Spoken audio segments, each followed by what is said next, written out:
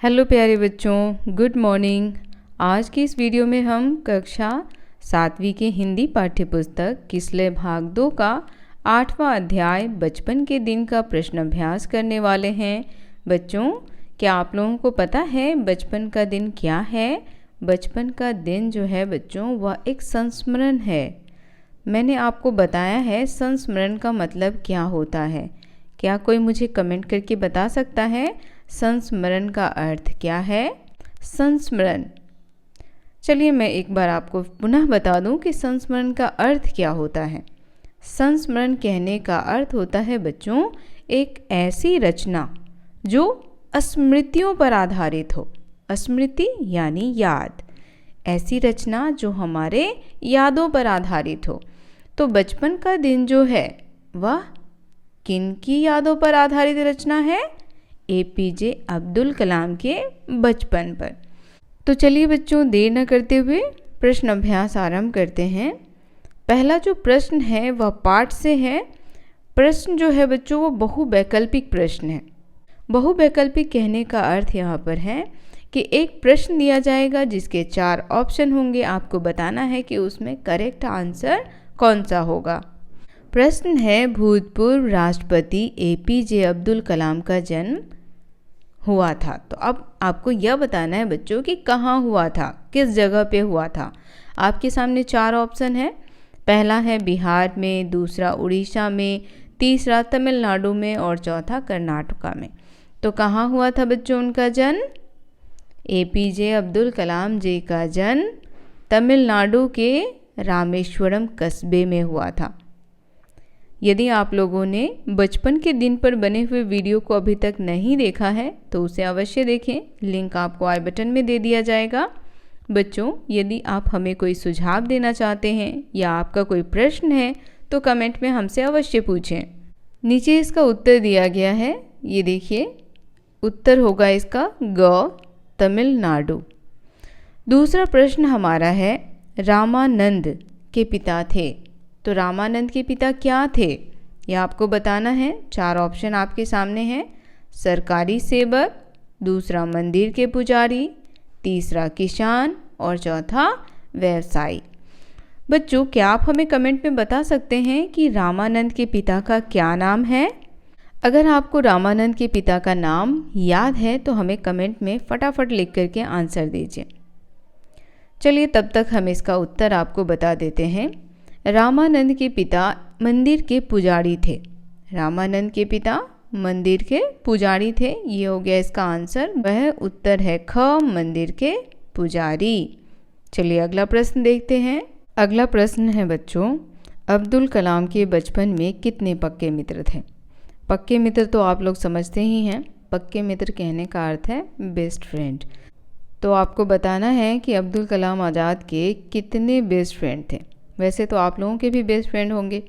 किसी का एक बेस्ट फ्रेंड होगा, किसी का 2, किसी के 3, किसी के 4, इस प्रकार से। तो यहाँ आपके सामने 4 ऑप्शन दिए गए हैं बच्चों। आपको कमेंट करके बताना है कि उनके कितने बेस्ट फ्रेंड थे। पहला है 2, दूसरा 3, तीसरा 4 और चौथा है 5। तो बच्चों उनके 3 बेस्ट फ्रेंड थे। उत्तर हो जाएगा ऑप्शन नंबर ख, 3। तो बच्चों वो 3 बेस्ट फ्रेंड कौन कौन थे? फटाफट हमें कमेंट कीजिए अब्दुल कलाम के 3 पक्के मित्र का नाम।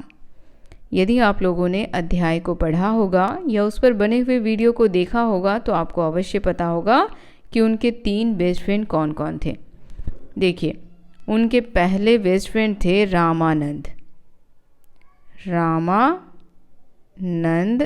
शास्त्री, ठीक है। दूसरे थे बच्चों अरविंदन और तीसरे पक्के मित्र कौन थे? शिव प्रकाशन। तो ये 3 मित्र थे किनके? ये 3 मित्र थे अब्दुल कलाम आज़ाद के और ये तीनों इनके पक्के मित्र थे। आप भी हमें कमेंट में अपने पक्के मित्रों के नाम लिख करके भेजिए कि आपके पक्के मित्र कौन कौन हैं। दूसरा प्रश्न है, एपीजे अब्दुल कलाम को शिक्षा ग्रहण करने में किन किन कठिनाइयों का सामना करना पड़ा? तो बच्चों सबसे पहले प्रश्न को समझिए। प्रश्न में क्या कहा जा रहा है? एपीजे अब्दुल कलाम को शिक्षा ग्रहण करने में किन किन कठिनाइयों का सामना करना पड़ा। तो सबसे पहले तो उन्हें धर्मवाद जैसी कठिनाइयों का सामना करना पड़ा था। जब वो प्राथमिक कक्षा में थे तब उनके एक नए शिक्षक ने क्या किया था, उनके हिंदू मित्रों से उन्हें दूर बिठा दिया था, क्योंकि वह मुसलमान थे और उनके मित्र हिंदू थे। तो यहाँ पर क्या दिखाया गया है, धर्मवाद को दिखाया गया है। धर्मवाद को मानते हुए शिक्षक को दिखाया गया है कि एक शिक्षक जिसके लिए सभी बच्चे समान होते हैं, इसके बावजूद भी वह शिक्षक क्या करता है, बच्चों में भेदभाव करता है। तो ऐसा शिक्षकों को बिल्कुल नहीं होना चाहिए। तो ये सारी जो चीज़ें थी, ये सारी जो कठिनाइयाँ थी, वह उनके जीवन में आई जब वो शिक्षा ग्रहण कर रहे थे। देखिए उत्तर हम लिखेंगे इसमें, एपीजे अब्दुल कलाम साहब को जिन जिन कठिनाइयों का सामना करना पड़ा उसमें प्रमुख थे धर्मवाद यानी संप्रदायवाद और दूसरा संप्रदायवादी शिक्षक, यानी जो शिक्षक इस विचारधारा के थे वह भी तो कठिनाई उत्पन्न कर रहे थे। तो इस प्रकार से इसका उत्तर हो जाएगा। आपका कोई सुझाव हो या प्रश्न हो तो हमें अवश्य लिख करके बताएं। तीसरा प्रश्न है, नए शिक्षक के द्वारा डॉक्टर एपीजे अब्दुल कलाम को उनके मित्र रामानंद से अलग हटाकर बैठाने को कहा गया। शिक्षक के इस व्यवहार पर अपनी राय तर्क सहित दीजिए। तो बच्चों आपके साथ अगर ऐसा हो, यदि आपके साथ कोई शिक्षक ऐसा करते हैं तो आप क्या करेंगे, आपको एक राय हमें देनी है। तो आप अपने विचार हमें कमेंट में अवश्य लिख करके बताएं। यदि आप अब्दुल कलाम की जगह होते तो आप क्या करते? क्या आप उनके कहने पे पीछे चले जाते या फिर उनसे पूछते कि वो आपको पीछे क्यों बैठने को कह रहे हैं? देखिए इसका उत्तर लिखेंगे, हमारे राय से शिक्षक का व्यवहार उचित नहीं था, क्योंकि इस प्रकार के व्यवहार वाले शिक्षक स्कूल में बच्चों के बीच सांप्रदायिकता जातिवाद का विष बोते हैं। बच्चों को क्या पता, एक प्राथमिक कक्षा का बच्चा है, उसको यह पता नहीं होता है कि वह किस जात का है, किस धर्म का है। वह सभी आपस में क्या करते हैं, मिलजुल करके बैठते हैं, खाते हैं, खेलते हैं। लेकिन कुछ ऐसे शिक्षक भी हैं जो संप्रदायवादी होते हैं, जिस वजह से क्या होता है, उन छोटे छोटे बच्चों को इन सारी समस्याओं का सामना करना पड़ता है। आगे लिखेंगे हम, विद्यालय में सभी बच्चे बराबर हैं, वे छात्र हैं, ना कोई छात्र हिंदू होता है, ना मुसलमान, ना कोई सिख, ना कोई ईसाई, सभी विद्यार्थी होते हैं। इस प्रकार के उच्च सोच रखने वाले ही शिक्षक योग्य शिक्षक होते हैं। यानी जो एक शिक्षक होता है उसके विचार कैसे होने चाहिए, उच्च होने चाहिए, चाहे किसी जाति धर्म का बच्चा हो, सभी को एक रूप से मानना चाहिए। तो बच्चों मुझे आशा है कि आप भी अपने तर्क हमें कमेंट में अवश्य बताएंगे कि आप क्या सोचते हैं। अगला प्रश्न है बच्चों, रामानंद के पिता ने दोनों दोस्तों के प्रति भेदभाव का व्यवहार करने वाले शिक्षक से क्या कहा और ऐसा उन्होंने क्यों कहा? रामानंद के पिता का नाम मैंने आपसे पूछा था, तो फटाफट कमेंट में बताइए बच्चों, रामानंद के पिता का क्या नाम था? रामानंद के पिता का नाम हमें कमेंट में बताइए। क्या याद है आपको या भूल गए आप लोग? चलिए मैं ही बता देती हूँ। तो बच्चों रामानंद के जो पिता थे उनका नाम था लक्ष्मण शास्त्री। लक्ष्मण शास्त्री जो रामेश्वरम के मंदिर के मुख्य पुजारी थे। तो जब रामानंद जी के साथ स्कूल में इस प्रकार का भेदभाव हुआ, उनके प्रिय मित्र कलाम जी को उनसे दूर बिठा दिया गया, तो उन्होंने ये सारी घटनाएं किससे कही? अपने पिता से कही। तो उनके पिता ने क्या किया? उनके पिता ने शिक्षक महोदय को बुलाया, उन्हें समझाया। एक शिक्षक को इस प्रकार से छोटे छोटे बच्चों के दिमाग में संप्रदायवाद, धर्मवाद का बीज नहीं बोना चाहिए। देखिए इसका उत्तर हम लिखेंगे, रामानंद के पिता ने दोनों दोस्तों के प्रति भेदभाव का व्यवहार करने वाले शिक्षक से कहा, उन्हें निर्दोष बच्चों के दिमाग में इस प्रकार की सामाजिक असमानता एवं सांप्रदायिकता का विष नहीं घोलना चाहिए। ऐसा उन्होंने इसलिए कहा कि योग्य शिक्षक बच्चों में भेदभाव उत्पन्न नहीं करते। शिक्षकों को जाति, धर्म, संप्रदाय, गरीब, अमीर, ऊंच नीच आदि भेदभाव से सदैव अलग रहना चाहिए। यानी जो एक अच्छा शिक्षक होता है उसके लिए सबसे महत्वपूर्ण होता है बच्चा, यानी वह छात्र जो उनसे शिक्षा ग्रहण करने आया है, ना कि जात बात, धर्म बात, अमीर गरीब, ऊंच नीच। तो ये हो गया चौथे प्रश्न का उत्तर कि पाठ से आगे का है। अब तक के जो हमने प्रश्न देखा वो पाठ से था और जो अब प्रश्न हम देखने वाले हैं वो पाठ से आगे का है। तो देखिए पाठ से आगे का पहला प्रश्न यहाँ पर है, डॉक्टर अब्दुल कलाम के विज्ञान शिक्षक की पत्नी की सोच में क्या परिवर्तन हुआ? इस परिवर्तन के क्या कारण रहे होंगे? तो बच्चों विज्ञान शिक्षक जो क्या थे, एक ब्राह्मण थे और वह एक कट्टर ब्राह्मण थे। इसके बावजूद वह कलाम से बहुत स्नेह रखते थे।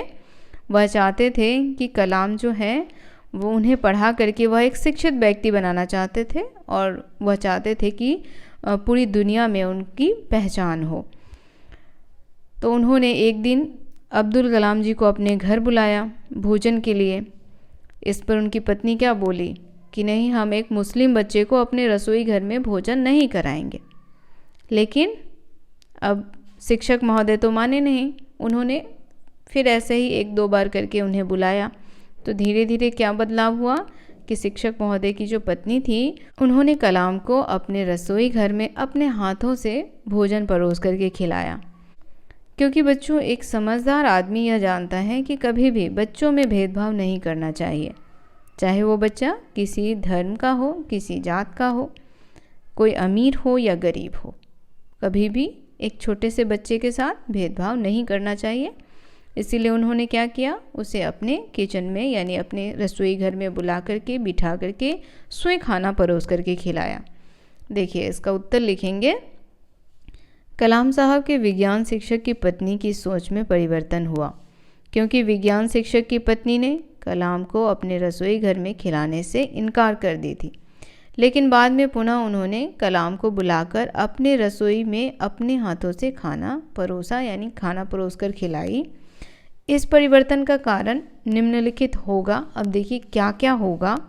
पहला है, विज्ञान शिक्षक अपनी श्रीमती जी को सांप्रदायिक भावनाओं से समाज बढ़ता है का ज्ञान दिए होंगे, अर्थात मानव को मानव समझो इत्यादि का पाठ पढ़ाया होगा।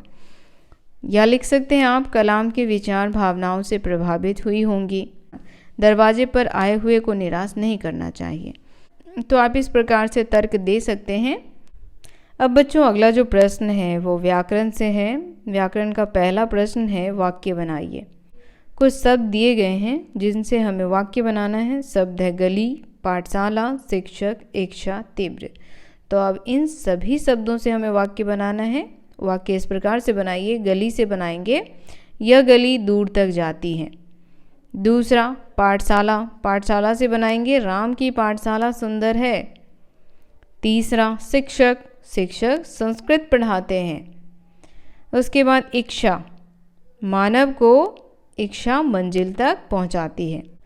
और उसके बाद है तीव्र, तीव्र से क्या होगा, तीव्र धारा वाली चाकू दो, या नदी की धारा बहुत तीव्र है।